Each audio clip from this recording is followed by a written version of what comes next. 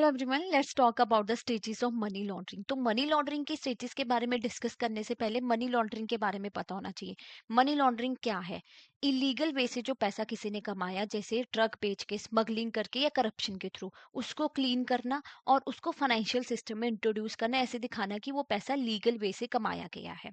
अब इसके कुछ स्टेजेस है।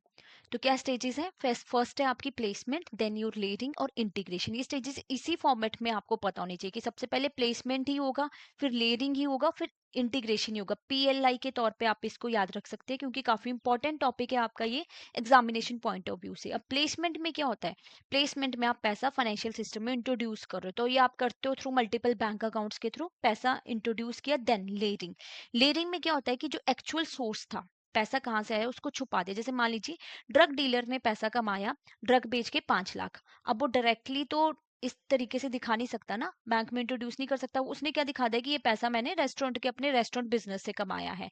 अब इसका एक्चुअल सोर्स छुपाने के लिए उसने मल्टीपल जगह पे इस पैसे को घुमा दिया, अब्रॉड ट्रांसफर कर दिया, है ना, एक अकाउंट से दूसरे अकाउंट में। मतलब एक्चुअल सोर्स को छुपा दिया, हाइड करना एक्चुअल सोर्स, वो लेयरिंग में किया जाता है। Then integration. फाइनली जो पैसा था आपने क्लीन कर दिया, उसको व्हाइट मनी के तौर पे दिखाया आपने। अब उस पैसे को आप यूज करोगे क्या?